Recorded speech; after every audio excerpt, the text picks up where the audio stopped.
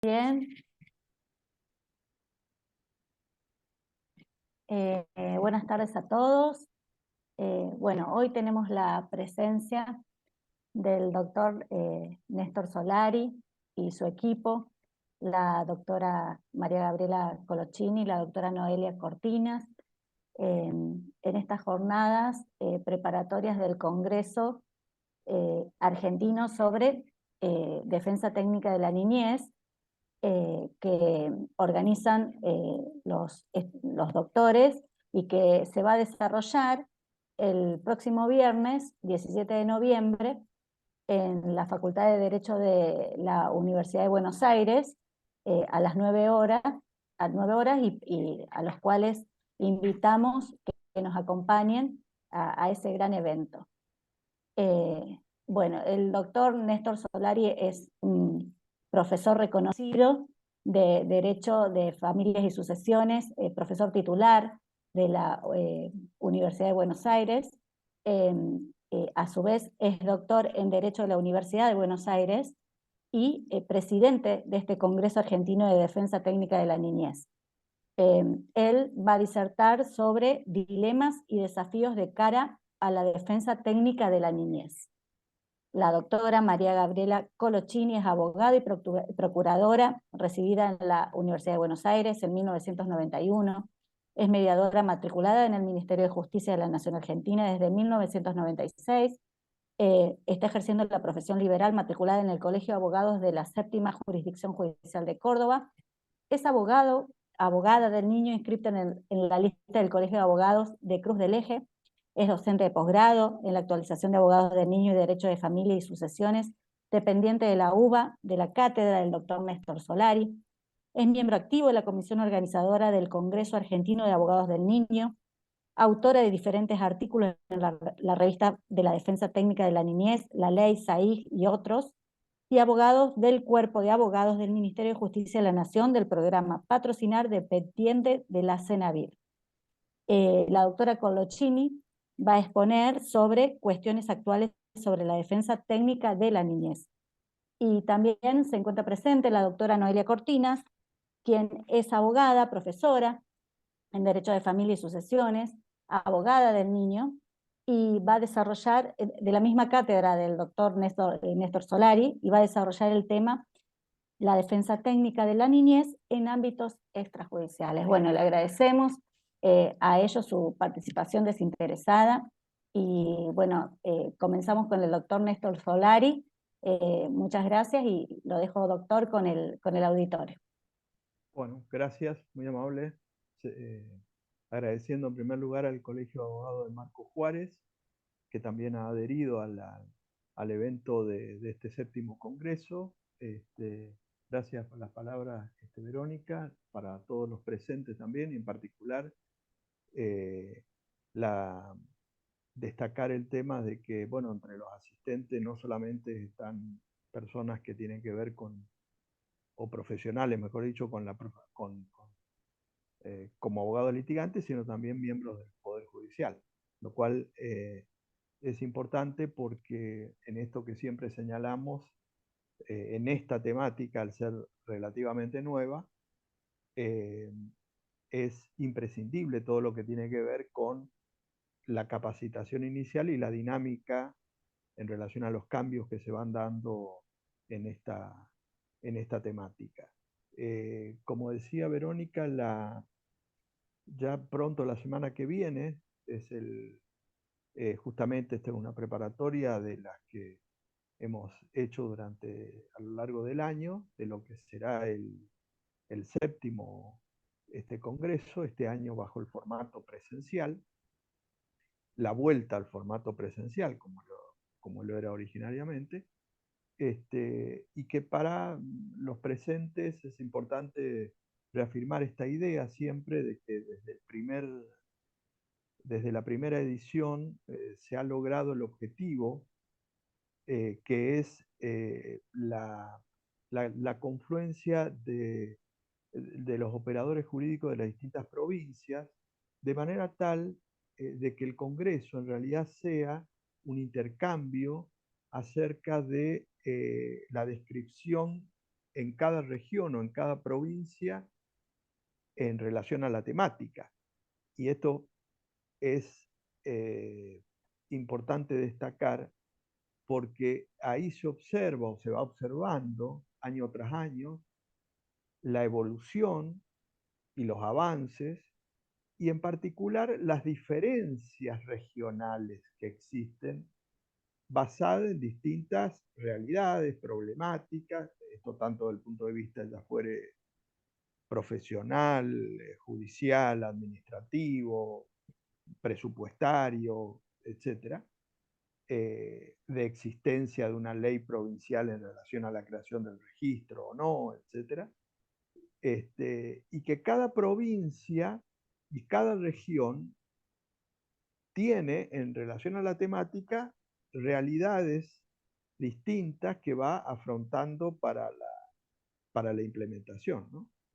Eh, acá como, como eje que me parece importante destacar, en primer lugar, es resaltar siempre una confusión que hay en la comunidad jurídica en relación a esta temática, y muchos de ustedes así lo habrán percibido o visto a través de estos años, de intentar asociar la figura, ya sea abogado del niño, defensa técnica de la niñez, abogado del niño, niña adolescente, digamos, patrocinio letrado, asistencia jurídica, según las leyes, los decretos, digamos, tiene distintas denominaciones. Nos estamos refiriendo siempre al mismo fenómeno, es decir, a la asistencia técnica profesional de abogado respecto de un proceso judicial o administrativo en donde interviene una persona menor de 18 años. Esta figura, más conocida y difundida como abogado del niño en los últimos años, que nosotros preferimos llamarlo defensa técnica de la niñez,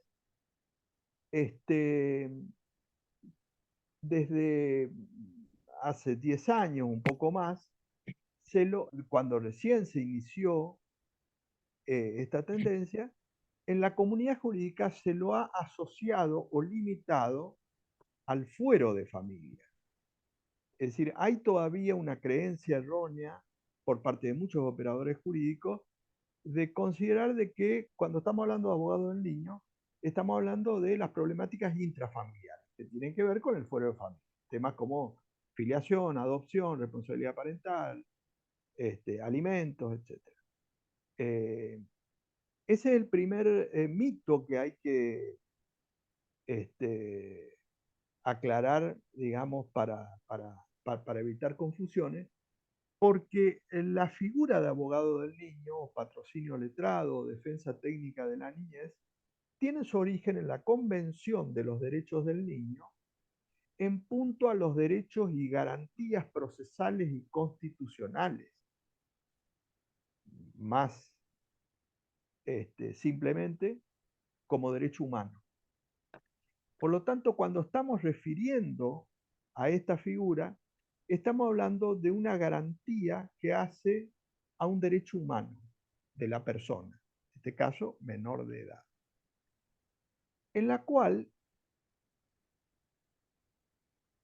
esa garantía o ese derecho humano está vinculado con la condición de parte, con la condición de participación activa, derecho a ser oído, entre otros, los más conocidos, defensa en juicio, debido proceso. Y que ese interés individual sea llevado al proceso independientemente y sin perjuicio de la representación legal, que siempre existió y sigue existiendo, obviamente.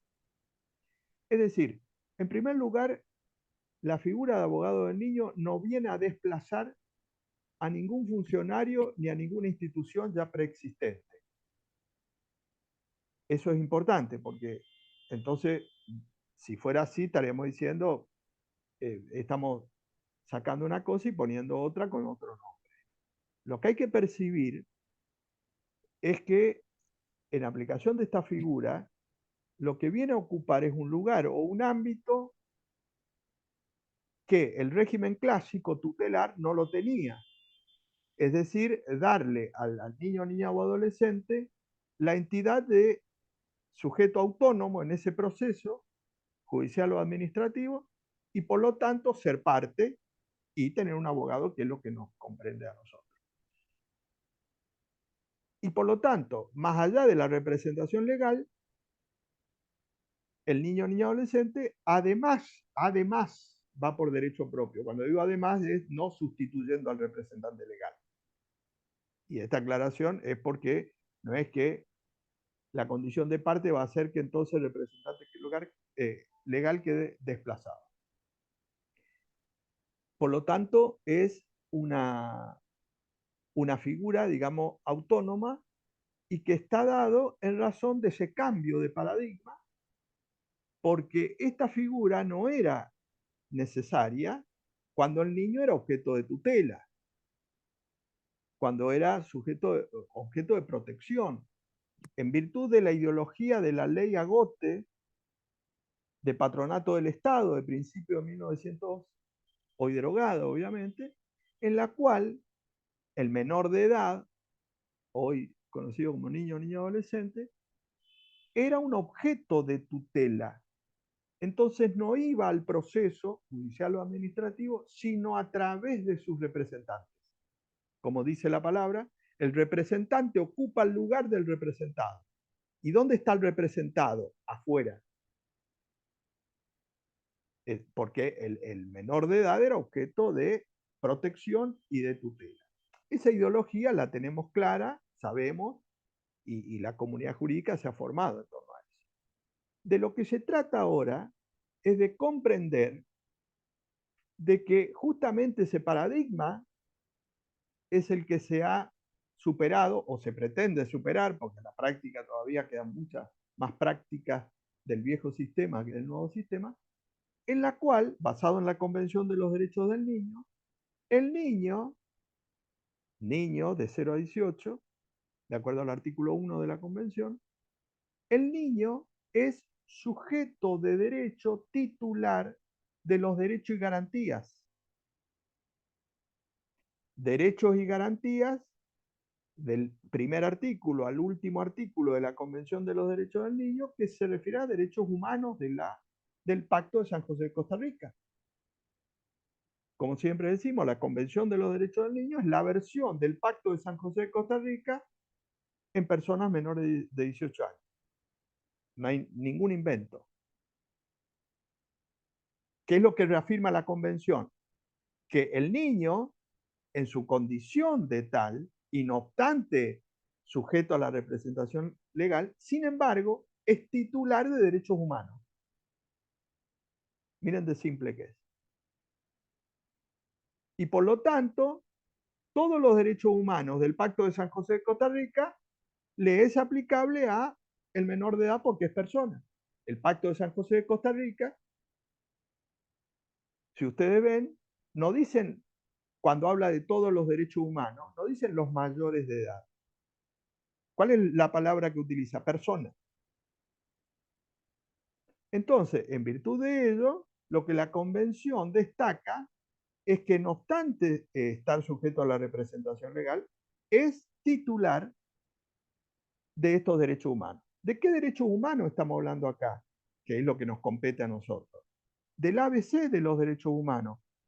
Defensa en juicio, debido proceso y de ser parte. El ABC de los derechos humanos. Digo el ABC de los derechos humanos porque si uno ve los fallos de la Corte Interamericana de Derechos Humanos, respecto de cualquier país, vamos a ver que los derechos humanos más afectados o violados en los casos de condena internacional son la defensa en juicio y el debido proceso. Bueno, justamente en ese contexto el rediseñamiento significa reconocerle entidad autónoma e independiente de su representante en lugar para traer al proceso ese interés individual, que puede ser coincidente o no con los representantes legales.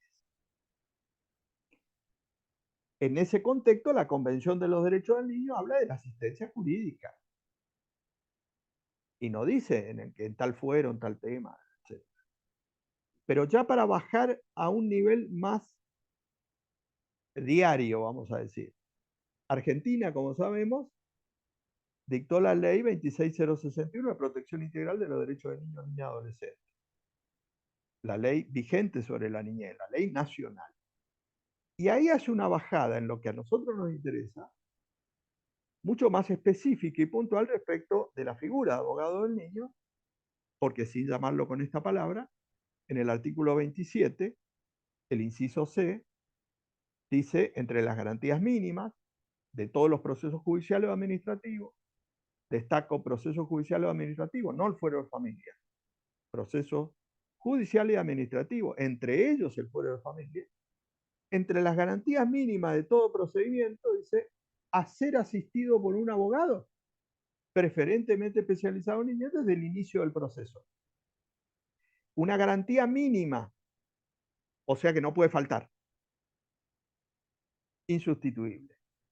En ese contexto, entonces, ¿de qué estamos hablando cuando hablamos de abogado del niño? Estamos hablando de un rediseñamiento del proceso judicial en la cual, basado en el sistema clásico del derecho romano, el niño estaba fuera del proceso. Y en el mejor de los casos, como ahora muchas veces la jurisprudencia garantiza, es el derecho a ser oído. Pero el derecho a ser oído es uno de los derechos. El derecho a ser oído no garantiza esto que estamos hablando, porque el derecho a ser oído es cuando el niño es convocado, ya sea a una audiencia o a un informe técnico, a expresar su voluntad. Punto. Ese no es el derecho humano integral que hace a la participación, porque si no es parte, no tiene defensa en juicio, no tiene debido proceso, por más que haya sido escuchado, no puede aportar prueba, no puede impugnar, no puede controlar la prueba, no puede hacer presentaciones.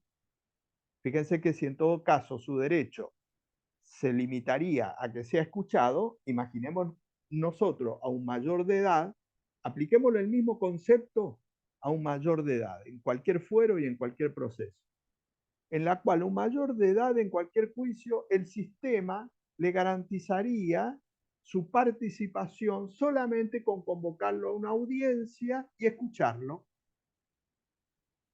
Cualquiera de los que estamos acá presentes diría, no, esto no es defensa en juicio y debido proceso. Digo, para que se dimensione de lo que estamos hablando.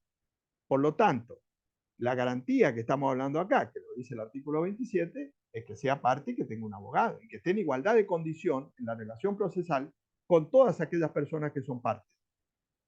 Si uno lee el ABC de Derecho Procesal Civil de Lino Palacio, justamente, fíjense que va a decir que para que el juez pueda resolver en el objeto de la litis sobre cualquier cuestión, tiene que darle igualdad a todas las partes respecto a su participación, respecto a la prueba, respecto a la posibilidad de impugnar, respecto a la posibilidad de pedir la nulidad, de intervenir, de controlar la prueba, etc. Si nosotros al niño, niña, adolescente, solamente le garantizamos, como pareciera ser para muchos, el derecho a ser oído, en realidad no estamos garantizando esto que estamos hablando. Simplemente estamos trayendo a colación uno de los derechos de la Convención de los Derechos del Niño y que es el inciso A del 27. Cuando el artículo 27 de la 26061 habla de las garantías mínimas, enumera 5 incisos. El derecho a ser oído, vamos a suponer, que su voluntad sea tenida en cuenta, que es otra cosa. Es importante porque sea tenida en cuenta, quiere decir que tenga las herramientas para controlar la prueba, para aportar la prueba, para impugnar. O, pues si él solamente es oído y entonces después el sistema, en el expediente, él no va a tener la posibilidad de revisar nada respecto de lo que se decide en cuanto a su voluntad, es muy pasiva su situación, digamos, muy nula en cuanto a la defensa en juicio y debido proceso. Tercero, a ser asistido por un abogado niño. A la participación activa, que para la reforma ha sido ser parte, participación activa, ser parte, y de impugnar y recurrir las decisiones. Yo le pregunto, si un niño en cualquier expediente judicial, alimento, filiación, adopción, no es parte y no tiene abogado, dicta el juez un fallo de primera instancia, ¿cómo puede apelar? ¿Procesalmente puede apelar a alguien que no es parte? ¿El niño? Bueno, entonces, ¿cómo cumpliría este quinto caso de garantía mínima? Tiene que tener un abogado y tiene que ser parte, tiene que estar dentro del expediente. De otra manera, no sería posible garantizar esta defensa en juicio y debido proceso. De hecho, la Corte Interamericana de Derechos Humanos, como ustedes saben, que tiene que ver con todos los tratados de instrumentos de derechos humanos, como lo es la Convención de los Derechos del Niño, ha establecido claramente que transitar un proceso judicial o administrativo de un niño, niña, adolescente, en los términos de la Convención de los Derechos del Niño, sin una asistencia jurídica, o sea, sin un abogado, para nosotros abogado del niño, constituye una violación a los artículos 8 y 25 del Pacto de San José de Costa Rica. ¿De qué estamos hablando acá? Defensa en juicio y debido proceso. Esa es la ideología que nosotros tenemos que tener claro en la capacitación. Porque si nosotros recurrimos a ese viejo discurso, actual totalmente, ¿cuántas veces habrán escuchado fuera y dentro del Poder Judicial? Cuando se dice, bueno, ¿para qué quiero un abogado si tienen los padres? Acá está la frase del viejo discurso. ¿Para qué quiero un abogado si está el asesor? Confundiendo todos los roles o todas las funciones con lo que estamos hablando. Porque los padres van por la responsabilidad parental, no van por los derechos del niño. Los padres tienen derechos y deberes derivados de la responsabilidad parental. Está claro que un padre no está obligado a decir lo que quiere el hijo y actúa legítimamente en base a su representación. Está claro que el asesor de menores defiende un interés social y entonces él cuando dictamina no está obligado a decir lo que dice el niño. Porque en el dictamen el asesor va a decir lo que él cree que es más conveniente para ese niño. Ahora, el juez no está obligado a decir lo que dice el niño, a resolver de conformidad a lo que dice el niño. Todos estos son representantes. El abogado, en cambio, no puede decir lo contrario, porque es una defensa técnica. Por lo tanto, el abogado lo que hace es llevar ese interés individual al proceso. No hace una valoración de eso. No dice que es lo más conveniente para el niño, niña, adolescente. Es lo que garantiza la defensa en juicio y el debido proceso. La misma ecuación que nosotros hacemos con un mayor de edad. Cuando viene un cliente, nos dice cuál es su voluntad. Nosotros lo asesoramos, pero a mí el cliente me dice blanco. Es blanco. Yo, aunque crea que es negro, lo que yo puedo hacer es renunciar al patrocinio. Es decir, no, mire, yo con esto así no sigo. Eso está claro. Ahora, yo no puedo ir en el proceso, en ese expediente, a decir negro.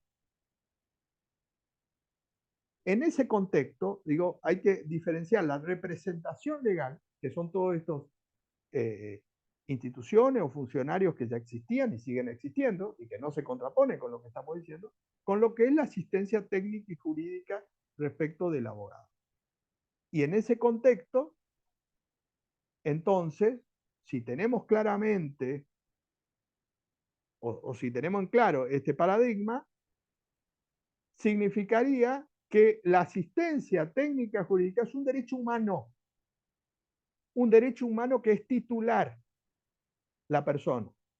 Y la titularidad deviene de la condición de persona, no de la capacidad. Porque ahí está la otra confusión que introdujo el Código Civil y Comercial, recepcionando un invento jurisprudencial del 2006 de Capital, un invento jurisprudencial del 2006, cuando la jurisprudencia dijo, no, para tener abogado de niño hay que tener madurez y edad suficiente. Y yo les pregunto a ustedes, ¿ustedes saben de dónde sale eso? Eso sale de una jurisprudencia acá, de una demanda contra el Estado, cuando se presentó respecto de chicos de la calle, un patrocinio letrado de chicos de 4, 5, 6 años.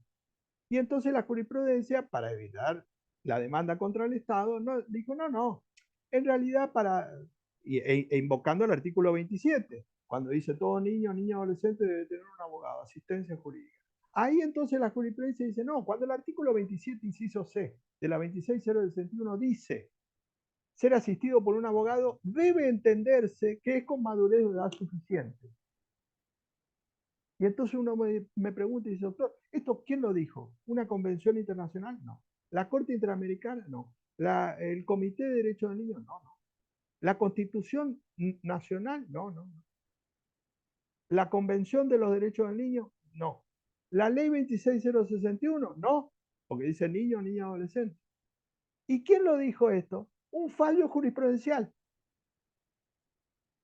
Miren el invento que después el Código Civil y Comercial, en el artículo 26 del Código Civil, lo introdujo. Y hoy, en su gran mayoría, la jurisprudencia utiliza ese argumento. Dice, no, si no tiene madurez suficiente, no puede tener abogado porque no puede elegir y no puede darle instrucción y no puede designar un abogado.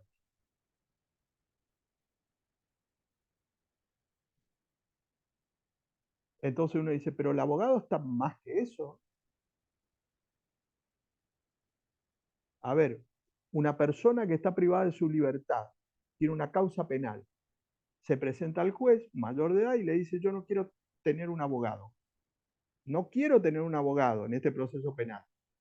La pregunta es, ¿puede transitar ese proceso sin un abogado? No, el Estado lo nombra. Entonces, el primer mito ya desmistificado. Quiere decir que si yo no puedo elegir no elijo un abogado, no es que no tengo un abogado. Hay muchos casos de mayor edad que no eligen abogado. Y sin embargo, tienen que tener abogado. No es una condición de tener abogado elegir.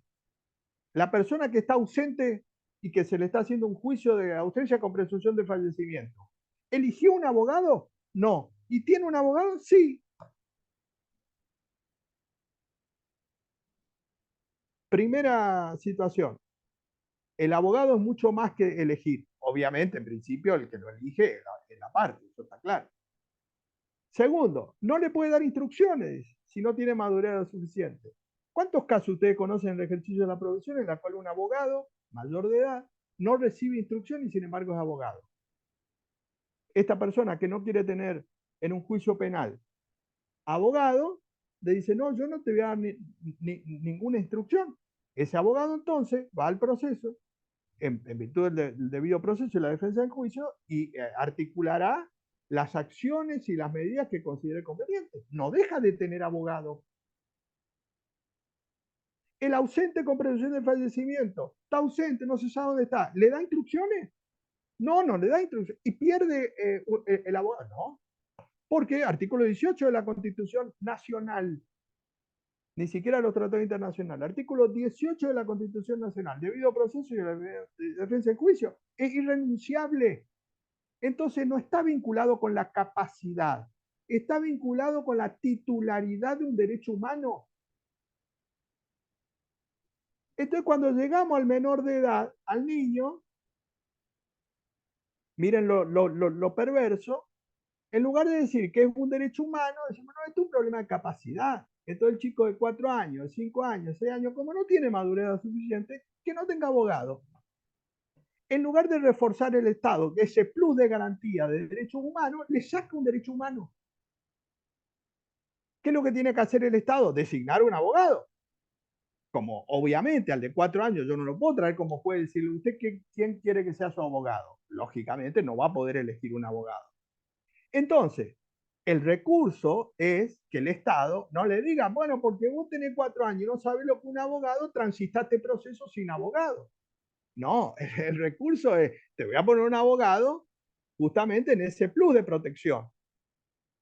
en base a esa vulnerabilidad y en base a esa incapacidad.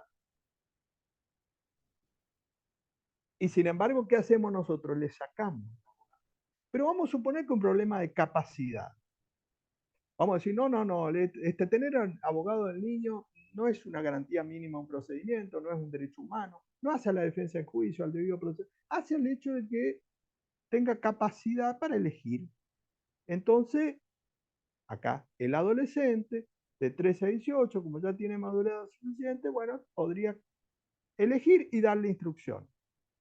Y el menor de 13, ese, como no tiene madurez suficiente, no puede elegir y no le puede dar instrucción. Muy bien, supongamos que sostenemos esta ideología. Vamos al artículo 36 del Código Civil y Comercial. Del mismo código, 10 artículos después del 26, que dice, para tener abogado, respecto de niño, niña, adolescente, menor de edad, dice, hay que tener madurez o edad suficiente, tiene que tener conflicto con sus representantes legales, y entonces dice, puede tener. Si cumple con todo eso, puede, ni siquiera debe, puede. O sea, fíjense, no es un derecho humano, es una facultad del Estado para, de ese universo, algunos niños, niñas, adolescentes que cumplan con todas estas condiciones, entonces va a tener un abogado. Muy bien. Vamos a suponer que ideológicamente esto es lo que sostenemos. Vamos 10 artículos más adelante, que refiere a la restricción de la capacidad. Ya un mayor de edad en la cual el Estado le va a someter a un proceso judicial de restricción de la capacidad, nombrándolo o un apoyo o un curador, en el caso excepcional. Muy bien. Si alguien tiene un código, o lo voy a traer, si puede leer por favor el artículo 36 del mismo Código Civil y Comercial.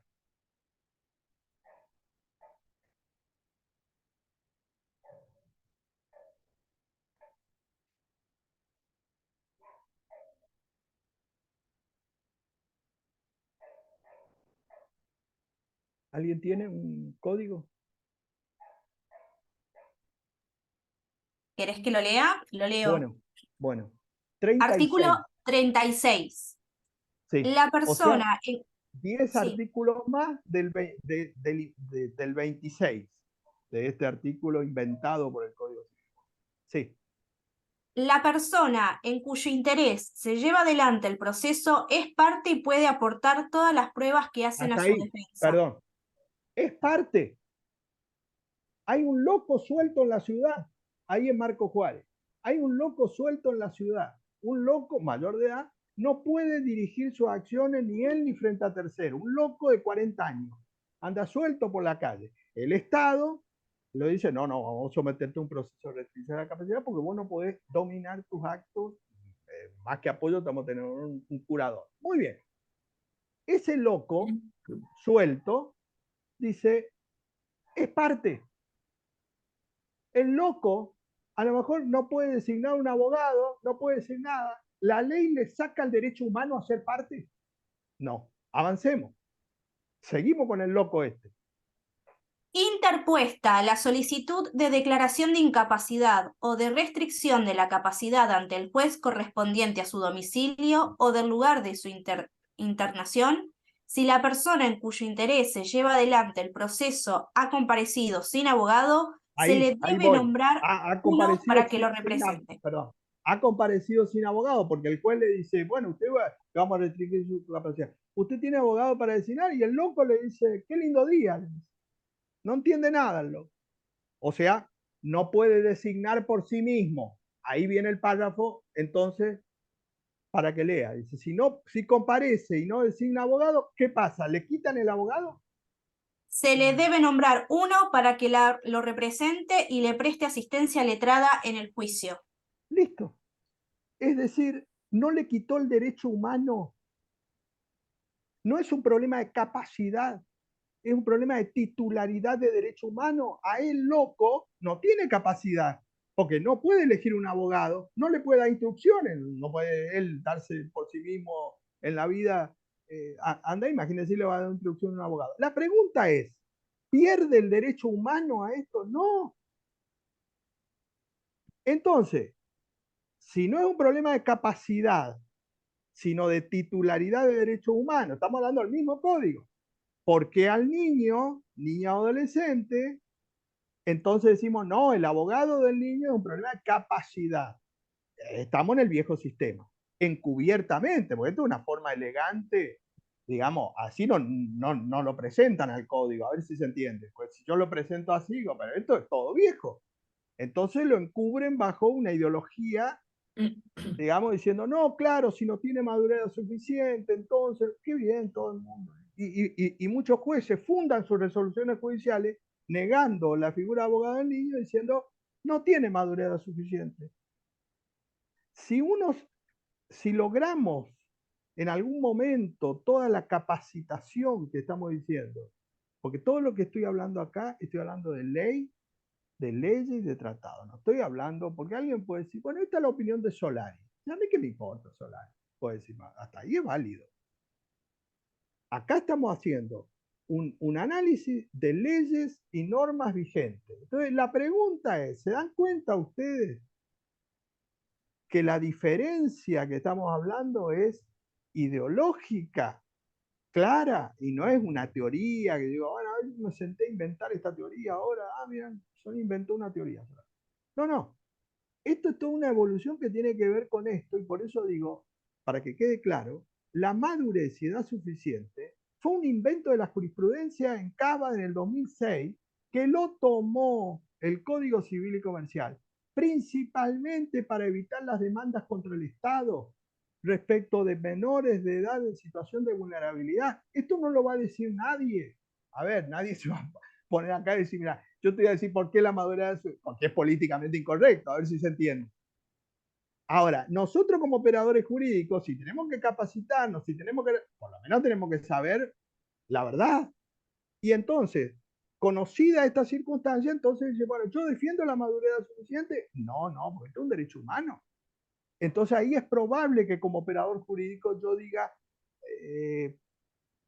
la Convención del Pacto de San José de Costa Rica habla para tener abogado y ser parte de madurez suficiente. No. La Corte Interamericana en todos los fallos, al contrario, dice una violación al artículo 8 y 25 de la Corte Interamericana. El Comité de Derechos Humanos dice, no, al contrario, dice todo niño, en base a la Convención del artículo 1. La Convención de los Derechos del Niño, cuando habla de la asistencia jurídica, ¿habla de madurez suficiente? No. Cuando la 26061 habla de madurez suficiente, lean el artículo 27 de la 26061 y va a ver que dice todos niños, niñas y adolescentes. Es todes. Digo todes porque los que hablan de todes lo que le dan algunos. Son justamente lo que le dan algunos. Entonces digo, pero todes no es todes.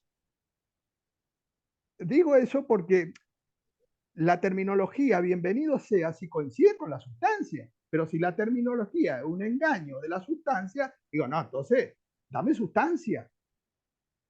Recién con el Código Civil y Comercial aparece la madurez suficiente.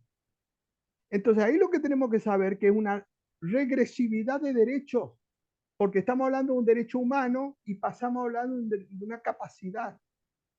Que el mismo código, vuelvo a repetir, lo desvirtúa, porque cuando habla de la restricción de la capacidad, a ese que no tiene capacidad y que no puede elegir un abogado y que no puede darle instrucciones, sin embargo, no le quita la condición de parte y no le quita el más, 36 dice, es parte y además dice, si no puede designar un abogado y no me trae un abogado, el Estado le debe dar un abogado. Y uno dice, ¿por qué? Y porque está en juego el debido proceso de la defensa en juicio. Artículo 18 de la Constitución Nacional. A ver si conectamos esto con el niño o niña adolescente. Porque si no, vamos a decir que es más fácil. El menor de edad es un objeto, una cosa que anda suelta por ahí y cuando tenga madurez, entonces va a ser persona. Esa es la traducción de lo que estamos hablando cuando estamos hablando de abogado del niño. Y eso es lo que parece muy obvio, pero que hoy no es obvio. Y por eso digo, es importante que podamos debatir, analizar y capacitarnos acerca de qué estamos hablando cuando hablamos de abogado del niño. Porque no es decir, bueno, todos sabemos acá, ser abogado del niño, sí, es tener un abogado, eso ya lo sabemos todos. No, es una simplificación del problema. El tema es, ¿sabés qué estamos hablando cuando estamos hablando del cambio de paradigma, de que tenga o no tenga un abogado? Cuando sepamos la esencia de esto, ya no vamos a tener el problema que tenemos hoy, que decir, ni podemos discutir si un niño o niña adolescente en un proceso judicial o administrativo puede o no tener un abogado. Porque el dilema de hoy es que como yo no lo conecto con un derecho humano, entonces digo, puede. Además, si tiene madurez suficiente, si tiene conflicto con sus representantes legales. Cuando uno conecte de lo que estamos hablando, que es un derecho humano, que es una garantía mínima, no vamos a discutir acá si un niño o niña adolescente tiene que tener abogado y tiene que ser parte. No se debe discutir, porque si yo discuto esto, me voy a la ley Agote, donde el niño es objeto de tutela y el Estado, la sociedad o los representantes legales son los que van a decir lo que tienen que decir por él. Bueno, ese modelo supuestamente está derogado, supuestamente digo, porque en la práctica judicial, si uno lee muchas sentencias y uno dice, a ver, compárame si está más cerca de la ley Agote o de la Convención de los Derechos del Niño. Y te va a decir, está más cerca de la ley Agote, porque no tiene los derechos y las garantías de un proceso judicial.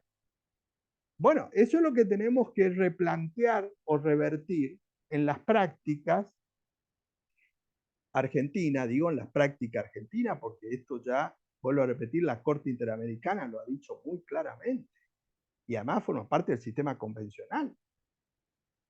Entonces, la pregunta es, ¿qué aplicamos? Si todo esto me da más derechos, ¿qué vamos a aplicar? ¿El 26 del Código Civil que le da menos derechos?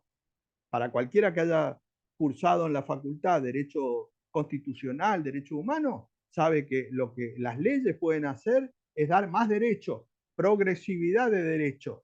Lo que nunca puede hacer es regresividad de derechos. ¿Qué es lo que hacemos nosotros con la ley en el 26? Regresividad de derechos. Porque el piso mínimo es de 0 a 18 que tenga abogado, un derecho humano. ¿Qué hacemos nosotros en la ley interna? Código Civil y Comercial. Dice, no todos los niños, niñas, adolescentes, sino solamente los que tienen madurez suficiente. Ahí ya saqué casi el 60-70%, lo dejé afuera, de 0 a 13, a 12, a 11, según los casos, etc. Estaría entre 13 y 18, seguro. Bueno, pero no contento con esto, el Código Civil dice, si tiene conflicto con sus representantes legales, porque si ese de 13 a 18 no tiene conflicto con sus representantes legales, no tiene abogado. Ya saqué todo un...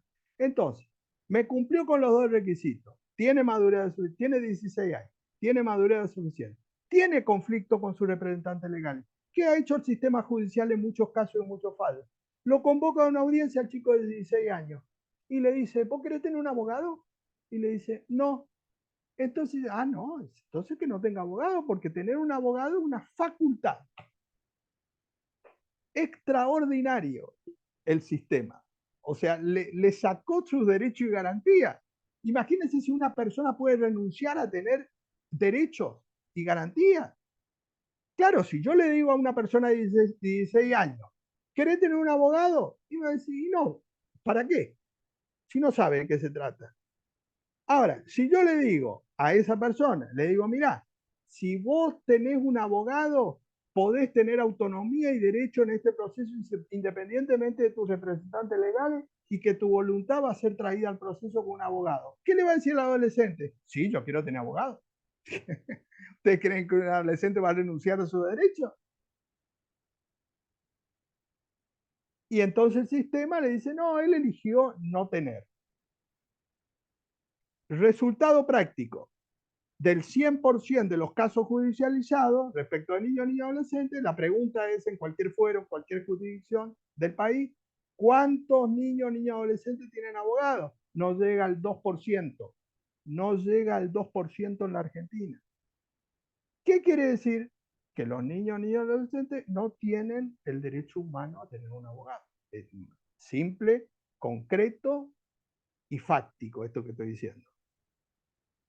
Justamente por asociar con la madurez suficiente, con el conflicto de intereses, y si puede, y se puede. Entonces algunos, nos decían algunos, en algunas provincias donde no hay registro de abogado de niño, tiene 16 años, viene con un abogado, dice, este es mi abogado, dice, tiene madurez suficiente, tiene conflicto con su representante legal, o sea, ya no le podemos negar, y quiere tener un abogado. Entonces, ¿saben lo que le dicen algunas jurisdicciones? No, acá todavía no hay un registro de abogado especializado en niñez. Entonces, no tiene abogado.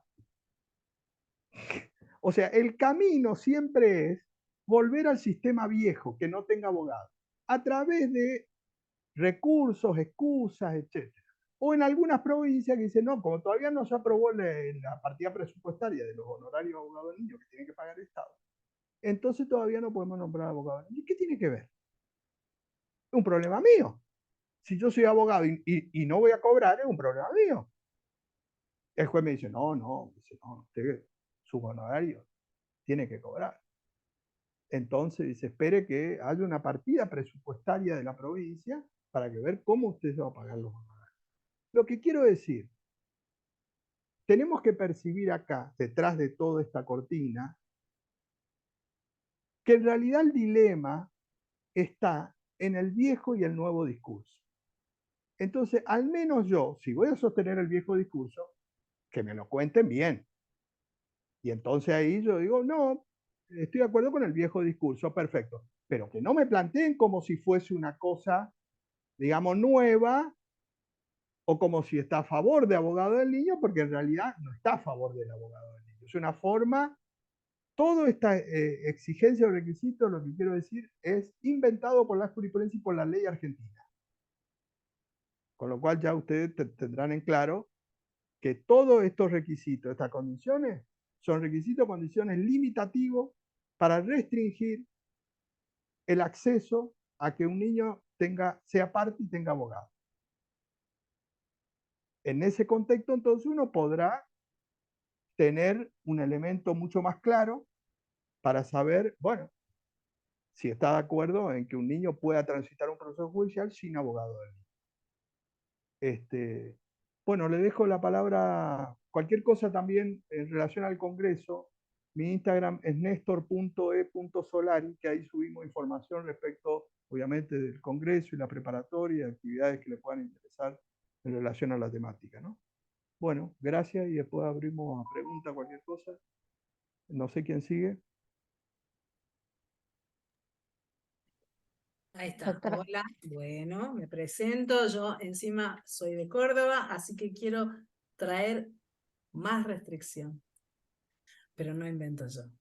Si puedo compartir pantalla, acabo mientras lo escuchaba. Ay, no. ¿Me dejas compartir pantalla? ¿Quién me deja? Si no, no importa, lo leo sin compartir, pero quiero que se vea. ¿Puedo? No. Un segundo que me dejaron como administradora y la verdad que no. No importa, no te preocupes. Si quieren lo leo, no hay ningún problema. Si no podés, Compartir. no te preocupes, no te preocupes. Mira, vamos a hacer más fácil. Yo voy a leer dos cosas, aunque no comparta pantalla, lo voy a abrir. Bueno, leía, yo mientras escribo, mientras leo, me gusta leer y leía ahí varios comentarios. Uno de los comentarios es lo que nosotros decimos siempre, la doctora Germanetti, que dice, ¿qué habría sucedido con Lucio Dupuy, ¿no? Si hubiera tenido abogado el niño. Bueno, todos nos preguntamos lo mismo. ¿Qué hubiera sucedido con Lucio Dupuy si realmente hubiera tenido un abogado del niño? Y ese abogado del niño hubiera estado preparado y capacitado, ¿eh? Ojo, por favor, eso es importantísimo que lo trabajemos. Yo preparé recién, mientras hablaba, una comparación entre la ley 26061, esperen que ahora no la encuentro porque siempre me pasa lo mismo, pero si no voy a la ley y listo. El artículo 27 de la ley 061, que dice, esperen, ¿por qué se me fue? Lo preparo todo y se me va. ¿Podéis creer que me pase una cosa así? Perdón, nos hemos adaptado a la tecnología, pero la verdad que yo como peino con muchas canas. A mí todavía me cuesta un poco, pero lo intento. Siempre lo intento. Y lo intento y a veces me sale, a veces me sale. Ahí está. Bien. Acá está. Lo encontré. Voy a ampliar. Ampliar. ¿Por qué no puedo ampliar? Ahí está. 26061, artículo 27. Dice, los organismos del Estado deberán garantizar a las niñas, niños y adolescentes en cualquier procedimiento judicial o administrativo que los afecte, además de todos aquellos derechos contemplados en la Constitución Nacional, la Convención sobre los Derechos del Niño, en los tratados internacionales ratificados por la Nación Argentina y en las leyes que en su consecuencia se dicten, los siguientes derechos y garantías. Vamos a lo que nos importa, lo demás es el derecho a ser oído y demás. A ser asistido por un letrado preferentemente especializado en niñez y adolescencia desde el inicio del procedimiento judicial o administrativo que lo incluya. En caso de carecer de recursos económicos, el Estado deberá asignarle de oficio un letrado que lo patrocine. Ahora vamos. Después el punto D dice a participar activamente en todo el proceso. Después nos vamos a ir, para comparar, a la ley 9944, que es la ley de Córdoba, la ley provincial de Córdoba. En su artículo 31 dice, garantías mínimas de procedimiento, garantías en los procedimientos judiciales o administrativos, los organismos del Estado deberán garantizar, fíjense que por eso me encantaba verlo, porque no es lo mismo, pero básicamente como que cuenta. La primera parte del artículo 31 copia y pega, está todo bien. El segundo dice, la ley 26/21 dice hacer oídos ante la autoridad competente cada vez que así lo solicite niño, niña o adolescente. Después dice, en cambio, la 9944 de Córdoba dice, hacer oído ante la autoridad competente cada vez que así lo solicite la niña, niño o adolescente de manera directa o por intermedio de sus progenitores o tutores, cuando por su madurez y desarrollo no lo pudiera hacer por sí mismo, y con la intervención del representante complementario cuando corresponda. ¿Se entendió la diferencia? Pregunto. ¿Alguien tiene alguna duda de lo que decía el doctor? Digo, ¿no? Yo, comentario nada más. Para que cada uno lo piense, porque básicamente así está. Después dice, en el punto C, dice hacer asistido por un letrado especializado en niñez y adolescencia, personalmente o en sus progenitores o tutores que lo representen, cuando no haya intereses contrapuestos desde el inicio del procedimiento judicial o administrativo que lo incluya, sin perjuicio de la intervención del representante complementario cuando corresponda, y si carece de recursos económicos, el Estado deberá asignarle de oficio un letrado que lo patrocine. Después dice, la 27061 dice, a participar activamente en todo el procedimiento. La ley de la provincia de Córdoba dice, a participar activamente en todo el procedimiento por sí mismo o por sus representantes, siempre que no existan intereses contrapuestos. Y entonces, vuelvo a preguntarme lo mismo, ¿no? O sea, no es porque uno sea tan hincha, pero esto es la ley, ¿sí? Esto no es una opinión mía. Esto es la 9944, en el artículo 31. Es la ley que dice protección integral de los derechos, ¿sí? No sé si se ve, ahí está, que está a disposición de todos y que hoy no hace falta tener un libro, lo podemos bajar por todos lados. Pero no contentos con esto, no contentos con esto, porque parece que nunca es suficiente, vamos a la ley 10636, que es la ley provincial de Córdoba, que dice consentimiento informado, en el artículo 7. En los procedimientos mencionados en este artículo 1 de esta ley, se debe requerir el consentimiento informado de la niña, niño o adolescente del derecho a ser legalmente representado por un abogado del niño. Por vía reglamentaria se establecerá el procedimiento para acreditar el cumplimiento de la obligación. Contentos con esto, vamos más adelante. Yo parezco, perdón, pero parezco el vendedor de colectivos, pero juro que no es mi intención vender nada. Simplemente vamos más allá y vamos a la reglamentación de la 2606, de la ley 1636, que es la de abogado del niño de Córdoba.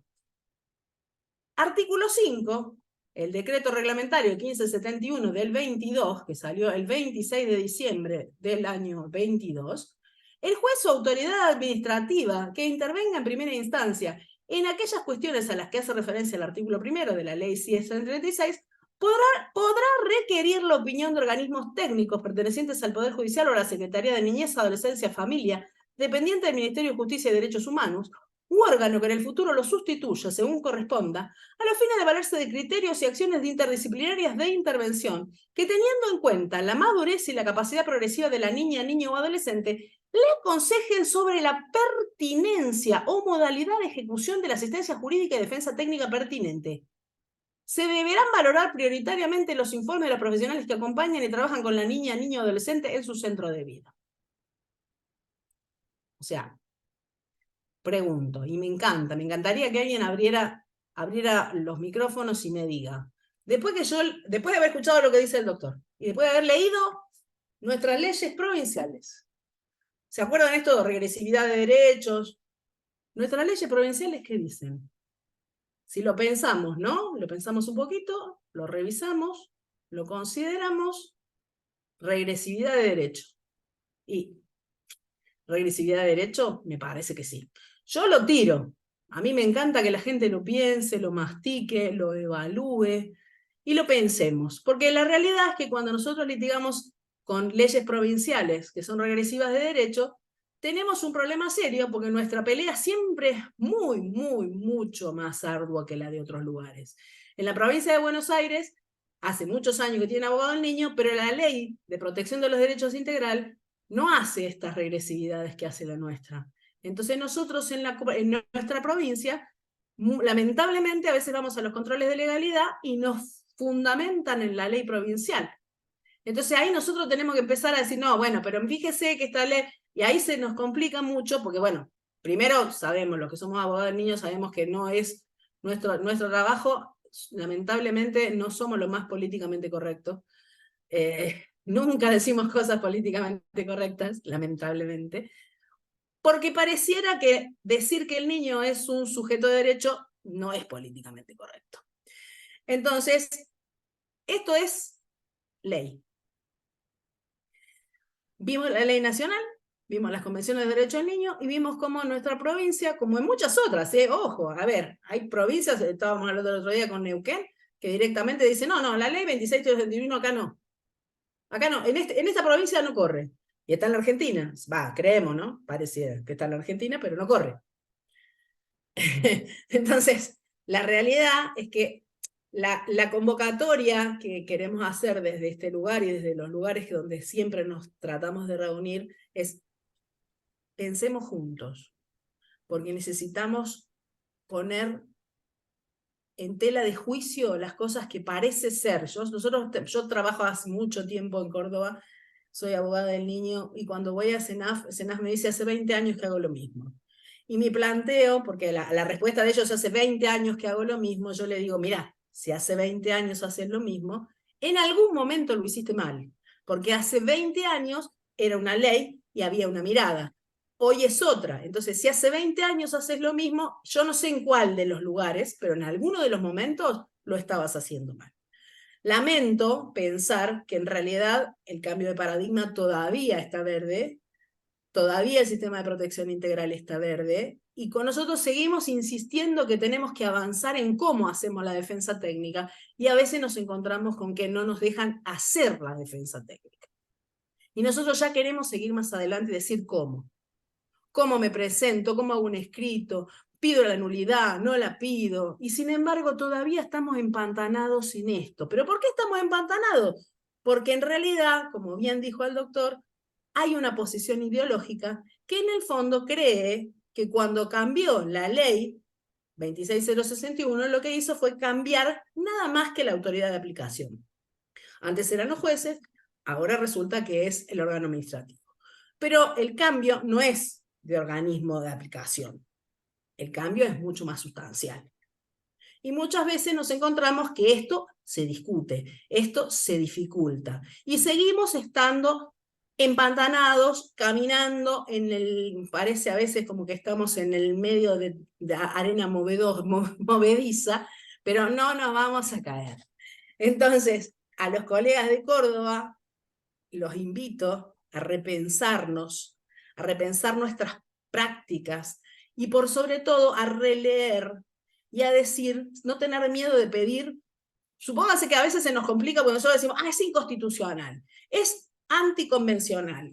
Bueno, a ver, al menos declarámela inaplicable. Si no querés decir que la ley 9944 es anticonvencional, por lo menos decláramela inaplicable. Y si no, no la bases. no me hables de la ley 9944 porque lo leímos juntos. Y si lo leímos juntos después del contexto que nos dio Néstor, definitivamente tenemos que replantearnos. Entonces, todos invitados a replantearnos, acompañarnos en el Congreso, por eso es presencial, porque es importantísimo que nosotros vayamos revisando nuestras prácticas y para eso necesitamos estar cerca, necesitamos conocernos, aunque sea una vez por año. Con todo extrañábamos, ¿no es cierto, María Laura? Extrañábamos habernos visto, extrañábamos charlarnos, decir, bueno, hoy tenemos la virtualidad que nos permite muchísimo más que antes, gracias a Dios, con todo lo bueno y lo malo que tiene, porque también tiene cosas malas, pero más allá, yo quería, la verdad, honestamente tenía preparado armar cómo nos presentábamos, cómo hacemos un escrito y demás, pero la realidad, bueno, vi un fallo hermoso que me pasaron de Marco Juárez, que me encantó, que, bueno, ya lo vamos a comentar, creo que los que no lo saben, de Marco Juárez, lo que básicamente es un representante complementario que dice, yo no puedo cumplir los dos roles juntos. Y lo explica, y me parece fantástico porque la Cámara lo entendió muy bien, y él lo que dice es, si yo hago las dos cosas, alguna de las dos, le pongo mis palabras, ¿no? Alguna de las dos estoy invisibilizando, no puedo. O sea, es más o menos como nos pasa con Neuquén, que dice, el juez toma la medida excepcional, y el juez controla la medida excepcional. A ver, chicos, no lo hagan psiquiátrico, pobre juez. O sea, yo tomo la medida y me la controlo. Me siento de este lado del escritorio y digo, ¿la hice bien? Y no sé, más o menos. A ver, espera, y me paso del otro lado. Paren. O sea, el juego de la República es precisamente el control de poder. No se puede, no se puede ser tan psiquiátrico, porque esto es psiquiátrico. Después hablamos de salud mental y decimos, bueno, no hay presupuesto. No, tenemos que revisar nuestras prácticas. Entonces, fíjense lo que vimos. O sea, vimos la ley 9944 que en realidad restringe dibujadamente y copiando y pegando lo primero, y aparte nos dice, no, pero la madurez es suficiente. Y después el decreto reglamentario que es del 23. Porque o sea, la 9944 es del 2011. Entonces, bueno, hubo un impacto, cambió, fue cambiando. No, el decreto reglamentario es del 23, del 26 de diciembre del 23. Es de hace 3 minutos y medio.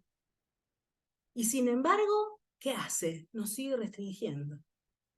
¿Y el abogado del niño para qué está? Y la realidad es, lo que nos están queriendo hacer es, cuando la causa está tan empantanada que ya no sé qué hacer, llamo a un abogado del niño que pretendo que traiga la capa y espada y me solucione los problemas. Pero mientras tanto, tramité un proceso enorme donde revictimicé a todo el mundo, a toda una familia, y la compliqué cada vez más.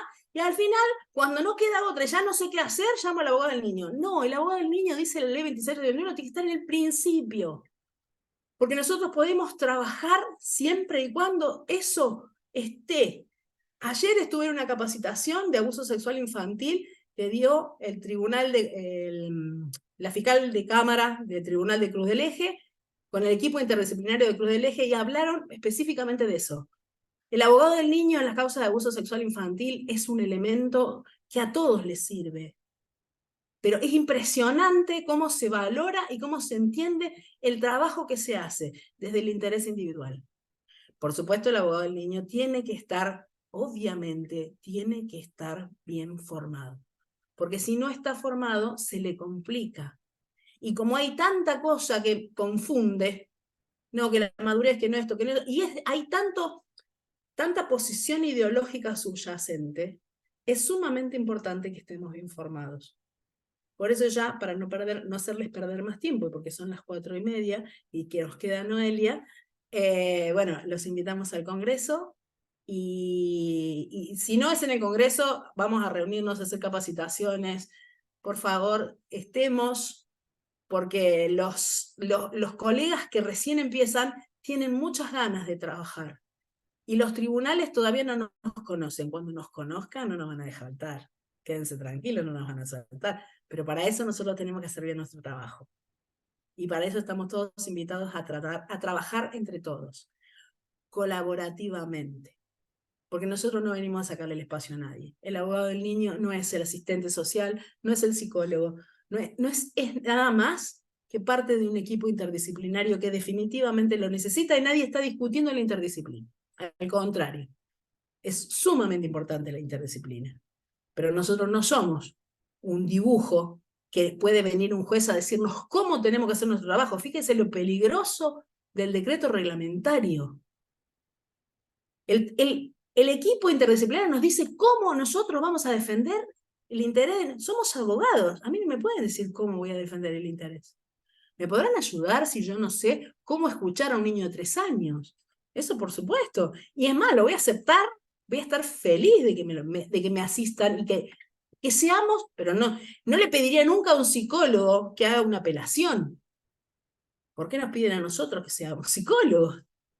No, trabajamos interdisciplinaria, pero sin duda alguna, eso es bienvenidísimo. Pero la función nuestra es de abogado. La defensa técnica es nuestra. Y nosotros no podemos decirle al psicólogo que es una apelación. Porque no lo va a hacer, no lo va a saber hacer, y no tiene por qué saberlo. Pero nuestra función es única y es indeclinable. Y la 26061 dice claramente que los derechos de los niños son absolutamente... son de orden público. Ya está, son de orden público. El Estado argentino decidió aceptar y darle rango de jerarquía constitucional a la Convención de los Derechos del Niño. Entonces no discutamos más. Lo demás es dibujo. Pero ojo, aprendamos a identificar los dibujos. Porque esos dibujos a veces nos obstaculizan el trabajo.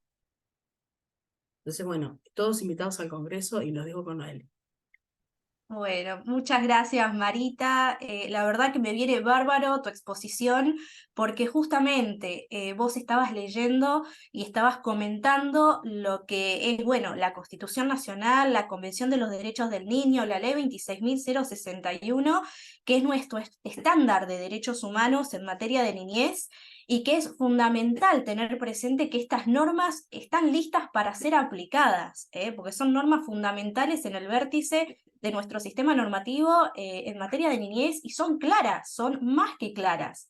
Acá hay que aplicarlas porque es preciso cuando habla del debido proceso de la defensa técnica en materia de niñez. Y me pareció maravilloso porque en este rato que compartí justamente con el doctor Néstor Solar y la doctora Colochini, en mi aspecto, en mi ámbito, en donde voy a estar hablando, que va a ser el ámbito extrajudicial y vinculado también con el derecho administrativo, que es un campo también de trabajo que muchos de los profesionales no lo abordan, quedan afuera este tema de la defensa técnica en materia de niñez. Y es un ámbito muy rico en este aspecto, porque hay diversas circunstancias que ahora vamos a ver, que por motivos de costumbres, modos o formas, no se recepta por parte de los alumnos, de los adultos, que los niños pueden y deben ser tratados como personas sujetos de derechos. Perdón, Noé, perdón. Dos minutos me tengo que retirar y solo quería decirles a los colegas de Córdoba que cualquiera que quiera trabajar como abogado del niño en sede administrativa, hay un convenio donde los colegios de abogados han subestimado nuestra labor, pero no importa. Cuando se trabaja en sede administrativa con CENAF, hay honorarios que se pagan automáticamente. Son 2 yus, es una porquería, pero no importa. Entonces, cualquier cosa, Vero, les pido 1000 disculpas, pero me tengo que ir y tengo que apagar la cámara. No quería interrumpirte, pero quería decir eso. Así que cualquier cosa después les paso, me pedís y les paso el decreto reglamentario que se hizo, el convenio con el que tengo muchas diferencias, y desde el colegio de la FECACOR invito a que lo revisemos. Porque la decisión fue del colegio de primera jurisdicción, y todos los demás también existimos. Sí. Así que, bueno, perdón a todos, y me tengo que ir. 1000 perdones, Noelia, por haberte interrumpido. No hay ningún problema, Marita. Muchas gracias por el aporte y bueno, esperamos el material también. Como les comentaba, ¿no? Justamente, bueno, hay diversas circunstancias, costumbres y modos y formas que muchas veces en el ámbito extrajudicial, en el ámbito administrativo, el niño no forma parte y esto tenemos que revertirlo. Porque, como decía la doctora Marita Colochini, acá tenemos normas, tenemos que ver que toda norma por debajo de este estándar de derechos humanos en materia de niñez debe pasar por un test de constitucionalidad o convencionalidad. Entonces, acá tenemos que ser muy claros a la hora de estar frente a estos casos en materia extrajudicial, y en todo caso, si pasa al ámbito judicial, de tener presente este debido proceso, esta defensa técnica de la niñez. Y hay que posicionarnos de que el niño durante toda su niñez va a estar atravesando diversos espacios, tanto familiares, sociales, educativos. Ahora se viene mucho lo que son los espacios digitales, ¿sí? En donde son aquellos espacios donde existe una vinculación entre los niños y una máquina que le hacen preguntas y reciben respuestas, hay un ida y vuelta, que son los llamados bots en plataformas digitales. Y ni que hablar de la inteligencia artificial, que están vinculados también al derecho a la imagen, al derecho a la intimidad de ese niño, que es también lo que se está empezando a analizar y a plantear en los ámbitos jurídicos. Entonces, son espacios, estos ámbitos extrajudiciales, donde el niño va a intercambiar información, solicitar productos, solicitar servicios, pedir prestaciones ante los organismos públicos, como la famosa Ley Brisa, y un sinfín de actividades, por ejemplo, comerciales, que en algunos casos estarán expuestos, en otros casos no lo estarán tanto. Entonces tenemos que estar considerando de que estas normas que son administrativas, estas resoluciones, decretos que pueden aparecer y que se emiten por el organismo correspondiente, no escapan a la mirada o a la perspectiva de niñez. Mucho se habla de la perspectiva de género, pero también acá hay una perspectiva en niñez y justamente se trata de analizar cada una de estas normas, resoluciones, decretos emitidos por esta autoridad desde una mirada desde y para el niño, para el sujeto de derecho, que es este niño, niña o adolescente, que nos convoca tanto en esta jornada como la del 17 de noviembre en el Congreso de Defensa Técnica, que implica que le garanticemos a todo niño, niña o adolescente esta garantía mínima de la defensa técnica, que la podemos encontrar en el artículo 27 de la Ley 26.061 en la Convención de los Derechos del Niño y en la Constitución Nacional, como decía el doctor Néstor Solari, que es contar con su abogado desde el inicio, ¿sí? Tanto del procedimiento como del proceso. Los procedimientos en el ámbito extrajudicial tienen una esencia administrativa y se puede poner, como por ejemplo, alguna denuncia que haga el niño en defensa del consumidor, que hay un ámbito ahí que se están empezando a abordar desde la defensa del consumidor.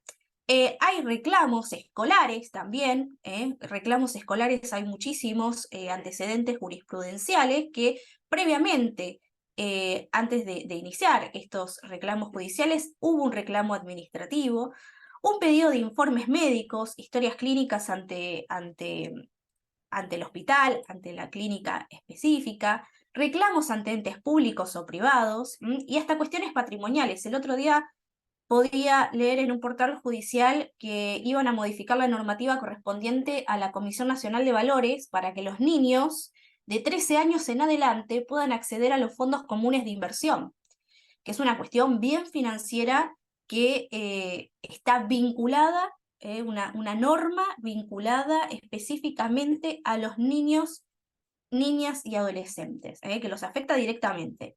Entonces aquí habrá cuestiones vinculadas a reclamos, pedidos de información, situaciones de violaciones de derechos digitales, por el uso de la tecnología que hoy es común y cada vez se va haciendo más cotidiana en los niños, y ni que hablar que el corrimiento de la edad en el uso también es un factor a tener en cuenta, porque cada vez son más los niños de corta edad que tienen un celular o un artículo tecnológico, y esto puede generar que estén expuestos a violaciones de sus derechos o a reclamos como estamos planteando.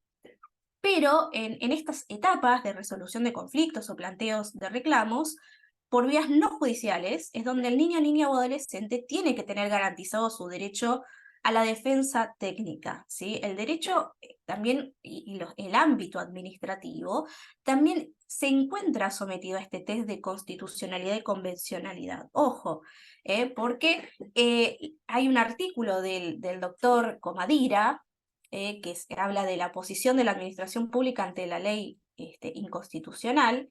Hay varios autores que menciona, entre ellos uno de nuestros constitucionalistas favoritos, que es Vidar Campos, que Vidar Campos hace una indicación sobre la desobediencia razonada, hace referencia a Vidar Campos. Y se los leo para que ustedes también puedan tenerlo presente, que habla sobre que los organismos del poder distintos del poder judicial están también obligados a respetar la supremacía de la Constitución cada vez que ejercen sus competencias. Acá también, bueno, hay otros autores, Dromi, Videgain, hay otros que hablan también sobre abstenerse de aplicar la ley si es considerada inconstitucional. Entonces, ahora bien, ante esto, ¿cómo hace el niño para no aplicar esa ley que es considerada inconstitucional? Para poder abordar todas estas aristas que implican una defensa técnica, claro, tiene que contar ese niño con un asesoramiento en lo básico, ¿no? Porque no solamente es garantizarle el derecho a ser oído, como decía el doctor Solari y también el doctor Calviño, que lo vamos a tener en el Congreso de Defensa Técnica el 17 de noviembre, sino que es mucho más. Implica que no solamente tenga un asesoramiento formal, sino que además debe ser efectivo, ¿sí? Poder recurrir a instancias superiores, participar activamente en cada etapa del procedimiento extrajudicial y, en todo caso, indicarle si es posible recurrir al fuero contencioso para resolver el conflicto en el que se suscitó. Es decir, necesita ese niño de un profesional que lo asesore en todas estas cuestiones, para poder abordar y resolver esta cuestión puntual que lo está afectando. Entonces acá lo que queremos plantear es que no solamente existe esta vía judicial y la aplicación de la defensa técnica por vía judicial, sino también que hay un campo no judicial para que el niño participe activamente, y en el caso de que tuviera que recurrir al fuero contencioso administrativo, también se puede aplicar la figura, desde el primer momento en que inicia ese expediente, y transitar todo ese proceso con su abogado o con su abogada, garantizando esta defensa técnica en todo sentido, en sentido amplio, como estamos diciendo, que no solamente cumplir con este derecho a ser oído y cumplir solamente con el asesoramiento, en un tinte formal, sino que implica otras cuestiones, como dijo el doctor Néstor Solari, ¿sí? A recurrir, a plantear prueba, a impugnarlo, en todo caso, a pedir audiencias, las que crea necesarias para poder resolver esa cuestión. Y justamente en este sentido es que queremos brindarle también las herramientas a los abogados, a las abogadas, y también a todos aquellos que estén no solamente ejerciendo la profesión, sino también que estén del otro lado, del otro lado del mostrador, como yo digo, ¿no? Dentro del Poder Judicial, para detectar estos casos puntuales en donde se necesita la designación de los abogados del niño, o de abogadas del niño, y que de ese lado también se pueda advertir y se designe de manera inmediata.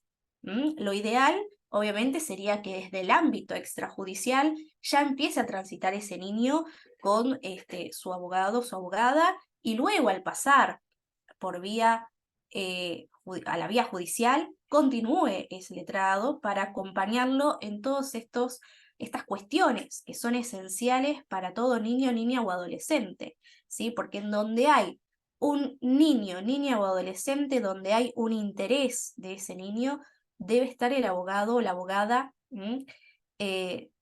representando sus intereses. Como decía el doctor Solari, una cuestión serán los intereses de los adultos, de sus progenitores y de las partes que intervengan, en todo caso, en el proceso, pero hay un interés del niño que debe estar, debe participar, debe estar presente allí, ¿sí? Entonces, con esto también acompaño lo que decía el doctor en los inicios, que no solamente nos tenemos que quedar con esta impresión de que la defensa técnica es para el fuero de familia, sino que también hay otros fueros en donde se puede aplicar, ¿sí? Nosotros, por ejemplo, yo soy de Ciudad de Buenos Aires, nosotros el fuero contencioso administrativo está asociado a lo que es el contencioso administrativo tributario y de relaciones de consumo.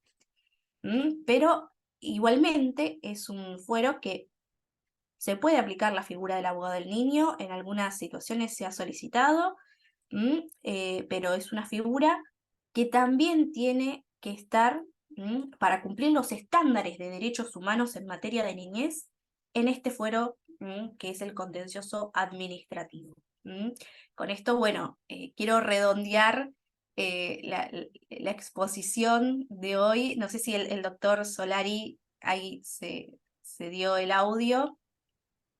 Sí, quería, en base a esto que decís vos y a lo que decía Gabriela, que me parece interesante y oportuno remarcar esa diferencia cuando hacía Gabriela. Como ustedes saben, las provincias van dictando la creación de un registro, ¿no es cierto?, de abogado del niño. La primera fue la provincia de Buenos Aires, en el 2013, que crea el registro. Por ejemplo, Córdoba fue en el 2019, juntamente con Santa Fe, Tierra del Fuego también en 2019,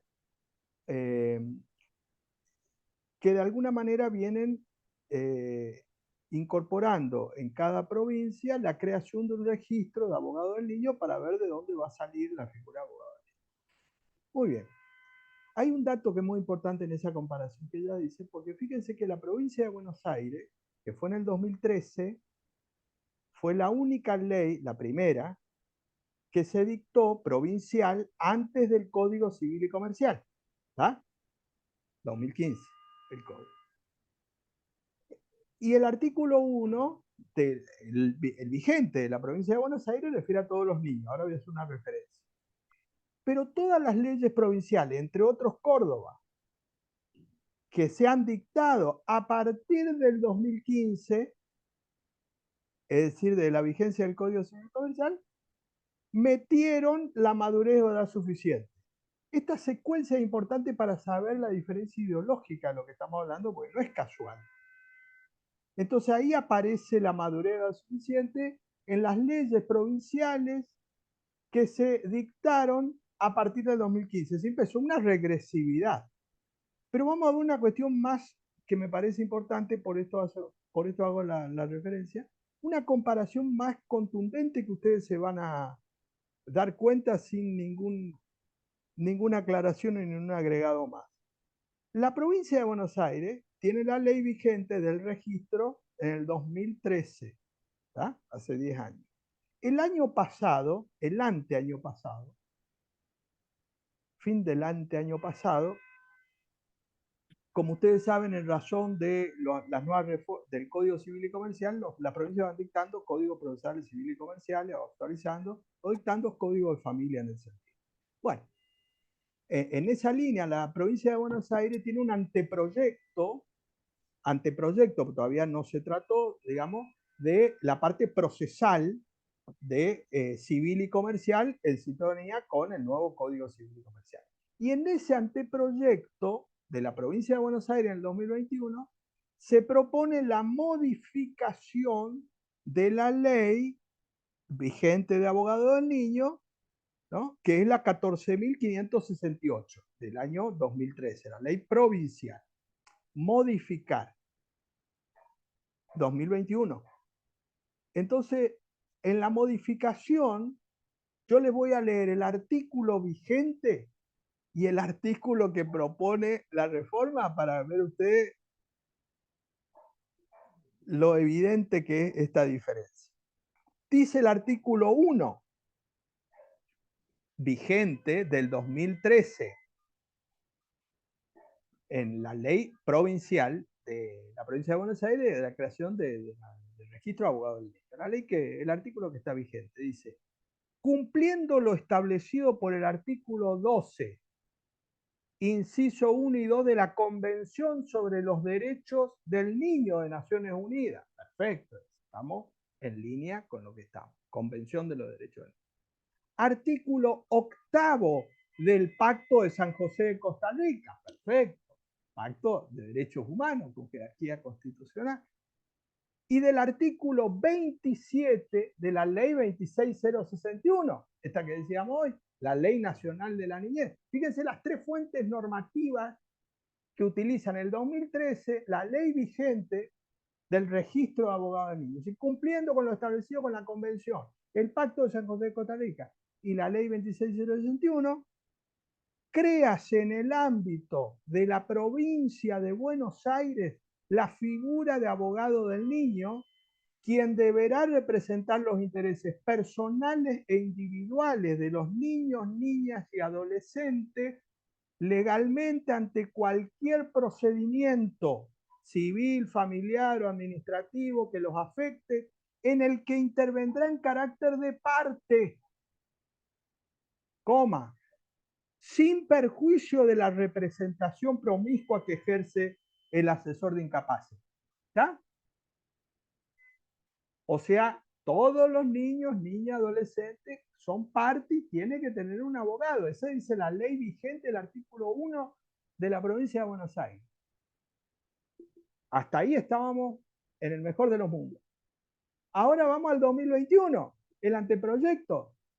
Le voy a leer lo que propone el anteproyecto para sustituir esto.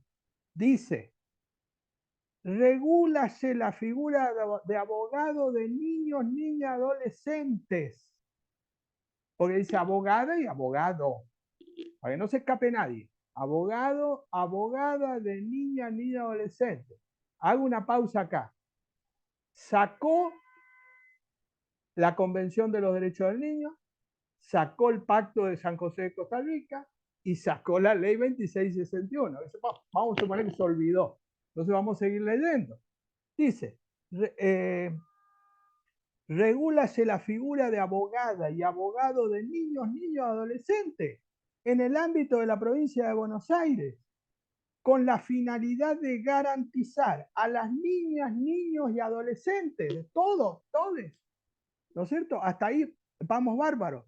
Dice, a garantizar a las niñas, niños y adolescentes que cuenten con madurez suficiente.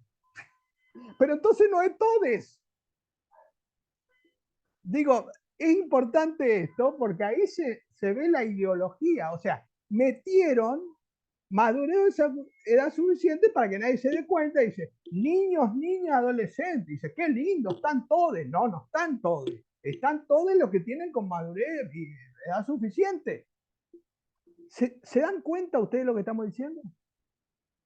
¿Dónde está el secreto ideológico de lo que estamos hablando?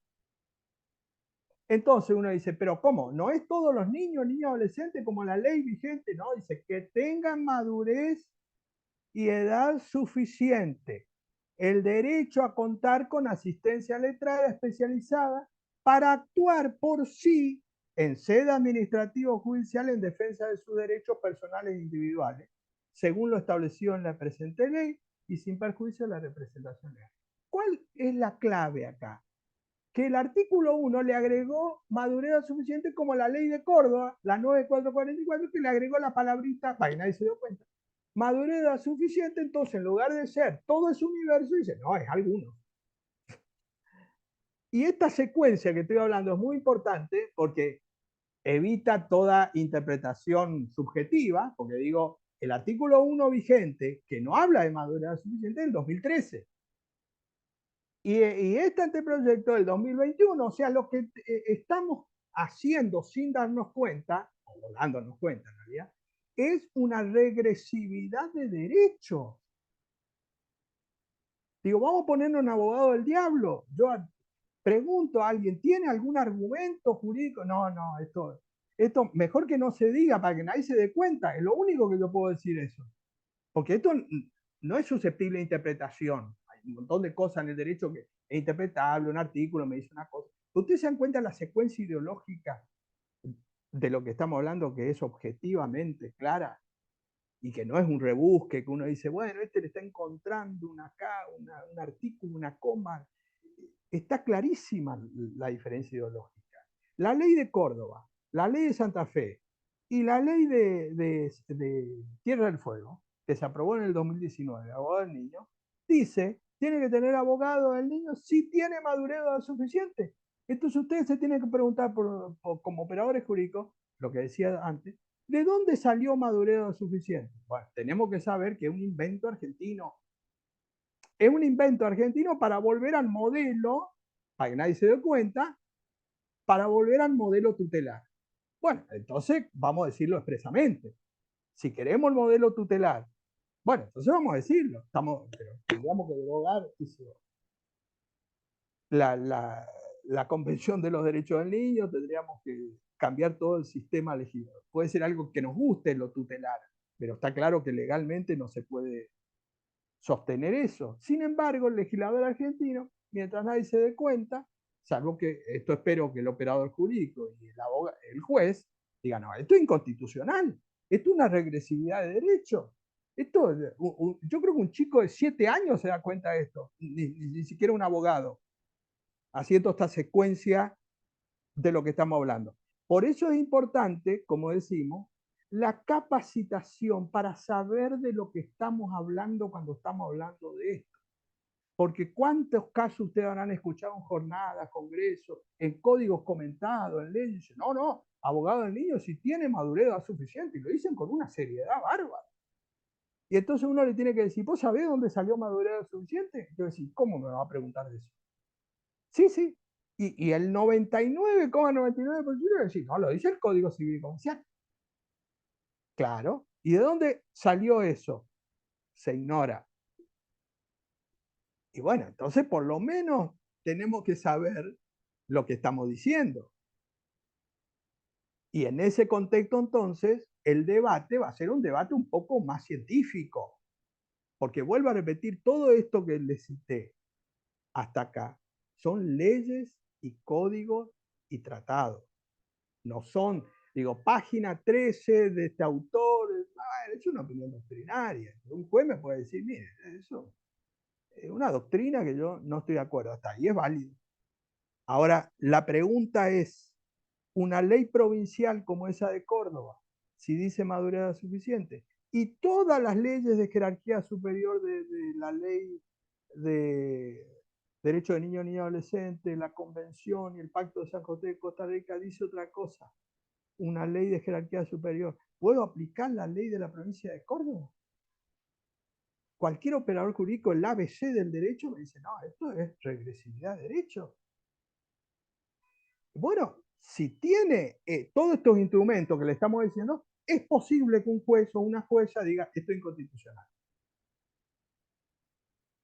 Desde la racionalidad, porque digo, no es que le estoy diciendo, bueno, vamos a inventar acá una teoría, vamos a salir a decir cualquier cosa. No. Desde la lógica más elemental, nos ha pasado con jueces en jornadas. Noelia, vos te acordás antes año cuando estaba en Dolores y otros. Sí. Han ido jueces al Congreso y después del Congreso decía, sí, doctor, mira, ahora yo, abogado del niño, sabía que era abogado del niño. Todos sabemos lo que es un abogado, dice el niño. Pero se puede escuchar, dice, ahora cambio de opinión.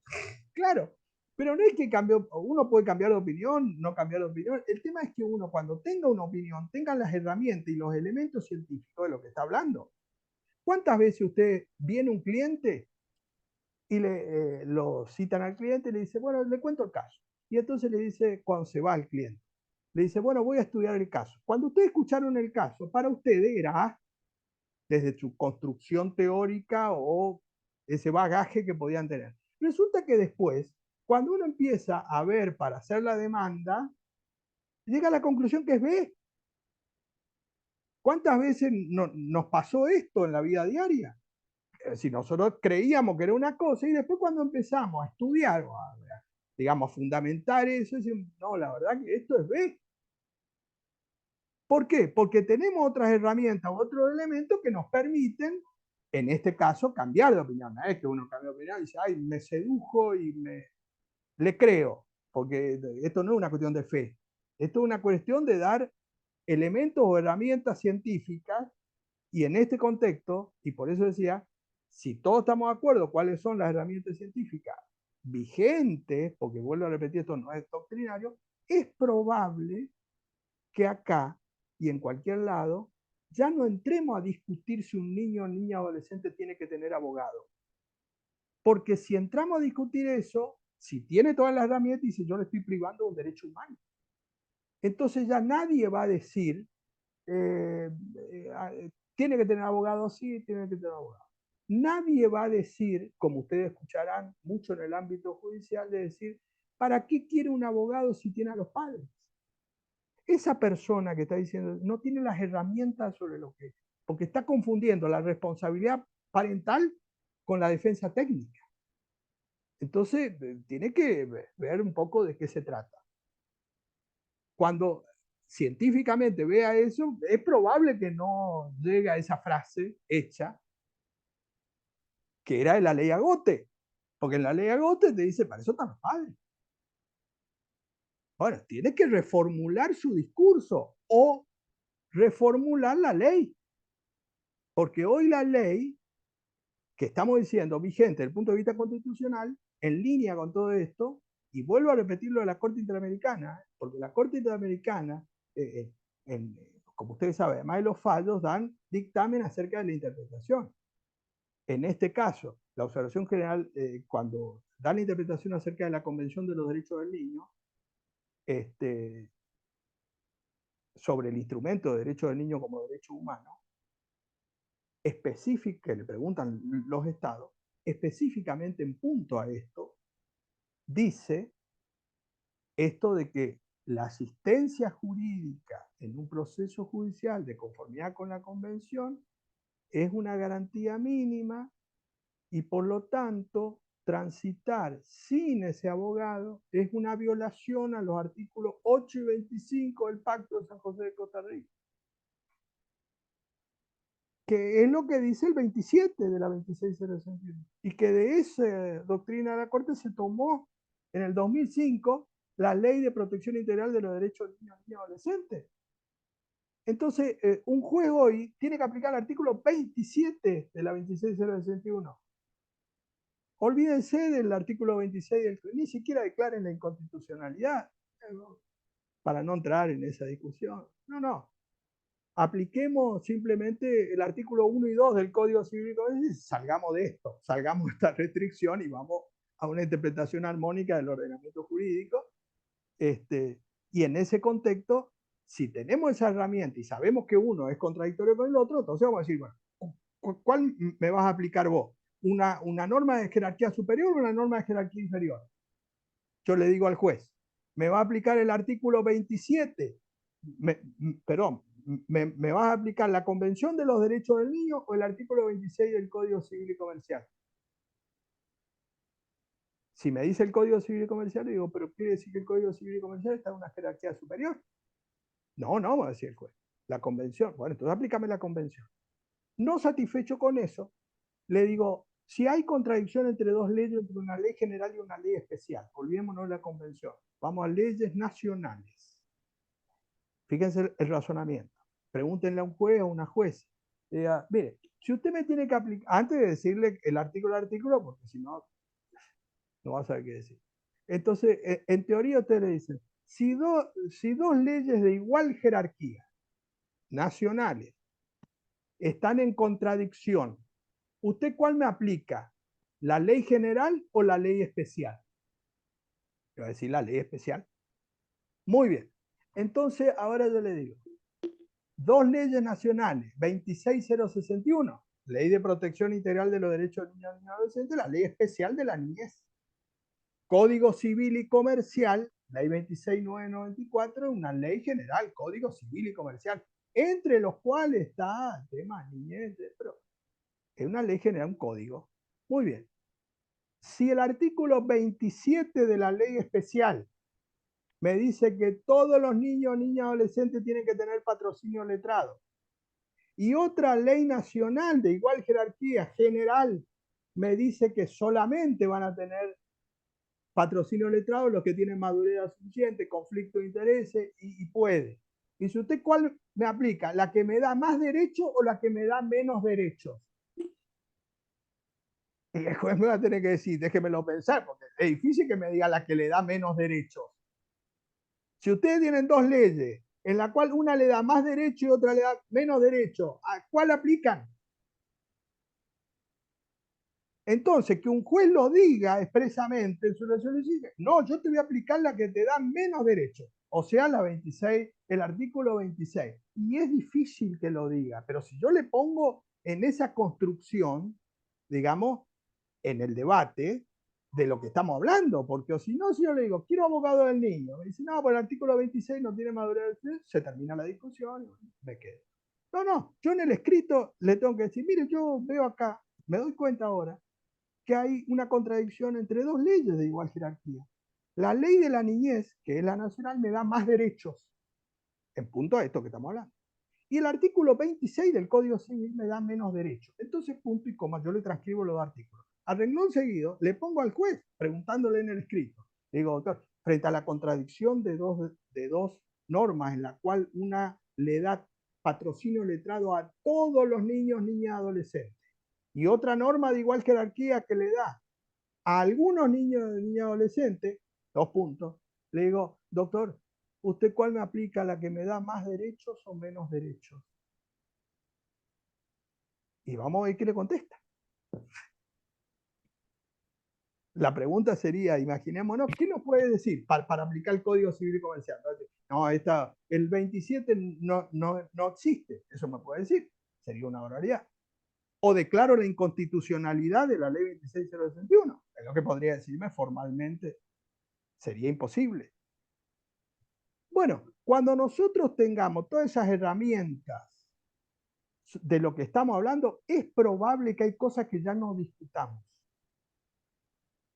Y de eso se trata por parte de todos ustedes, en el sentido de que los escritos judiciales hagan toda esta.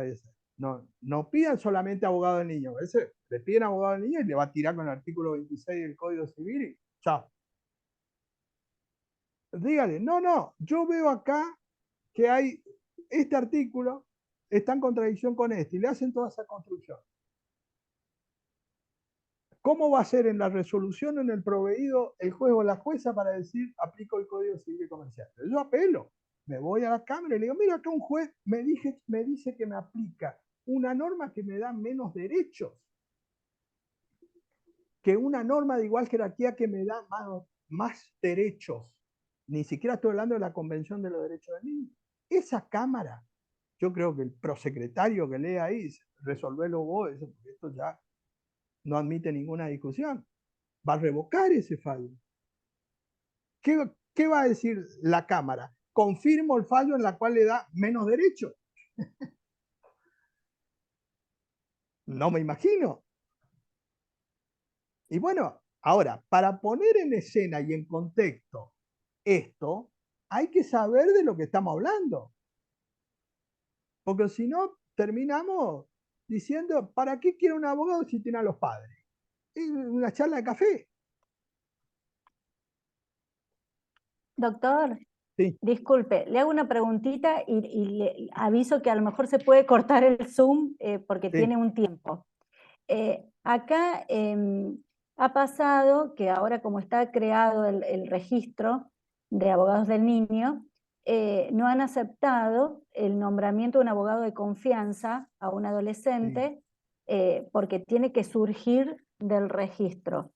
Eso en sí. realidad es parecido a lo que usted está diciendo de que estamos Claro, yendo para atrás, claro, porque pero eso que es muy común en varios países, usted lo tiene que llevar al juzgado. Se va al juzgado, de forma presencial, a la mesa de entrada. Y le dice, mira, acá traigo el artículo 27 de la 26061. Sí, la conozco, te voy a decir. La Ley Nacional de Protección Integral de los Derechos Humanos. Y bueno, acá dice el inciso C, ayúdeme doctor porque a lo mejor yo estoy leyendo mal. Me dice, debe ser designado abogado preferentemente especializado en niñez.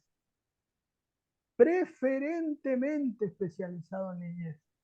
Y entonces vos le decís, mira, acá no hay ningún especialista en niñez. Entonces, ¿qué hacemos? ¿Designamos otro abogado de la matrícula o le sacamos abogado? O le sacamos el abogado. tiene que designar otro abogado de la matrícula, porque dice ser asistido por un abogado preferentemente. Preferentemente. Pero además es contradictorio por el hecho de que si un niño va en busca de un abogado que le transmite su Lógico, confianza, pero por o sea, ¿por qué supuesto. vamos a nombrar a otro porque no está en el Pero registro? totalmente de acuerdo, que es el abogado de confianza. O sea, Claro. lo de preferentemente especializado en niñez incluso está puesto para que cuando el niño adolescente, por alguna circunstancia, por ejemplo, por falta de madurez suficiente, no pueda elegir por derecho propio, entonces el Estado deba proveer. Claro. Y en ese sentido está dada la indicación, el registro, por ejemplo. El registro, claro. para anotarse en el registro hay que tener una capacitación. Perfecto. Ahora, si una persona de 17 años, que camina, anda, te ven en la calle una persona de 17 años sola, anda sola, se maneja sola, tiene madurez, sí, tiene madurez. Bueno, tiene un juicio, va al juzgado, esa persona de 17 años, y le dice, le presento a mi abogado, yo quiero que este sea mi abogado o mi abogada. ¿En qué medida el Estado o con qué función o con qué argumento el Estado le puede quitar el derecho a esa persona a elegir un abogado, si tiene madurez suficiente, tiene 17 años, diciéndole, no, este abogado no es especialista en niñas? ¿Y qué le importa a usted? ¿Acaso cuando va un mayor de edad y se presenta con un abogado, el juzgado hace una investigación de que si yo voy a penal, digo, no, usted no es especialista en penal, Claro. usted no es especialista en laboral? Dice, ¿qué me importa? Yo elegí a tal abogado y ese es el abogado. ¿Por qué yo al niña o adolescente le tengo que preguntar o exigir la especialidad? O bien otra resolución o proveído que es muy común, que ustedes lo habrán escuchado muchas veces, cuando dice, en lugar de decirle eso, de decirle no especialista, dice, ¿cómo lo conoció el abogado? Ese otro recurso totalmente improcedente, porque dice, ¿usted cómo lo conoció a este abogado? ¿Dónde sacó? ¿A algún mayor de edad le preguntan de dónde sacó el abogado? Eso no sale de ninguna ley, es una práctica judicial. Entonces dice usted, explíqueme el de 15, 16 años, dice, porque el de 15, 16 años no puede conocer un abogado. Alguien le dio y sí, lógico,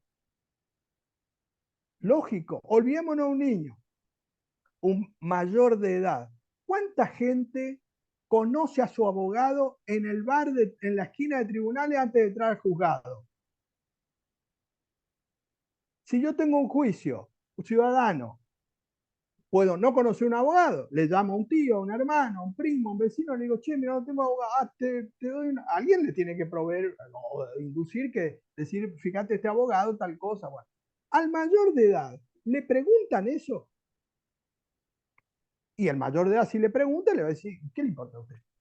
Este es mi abogado. ¿Y hace cuánto que lo conoce usted? Y recién lo conocí en el bar de la esquina.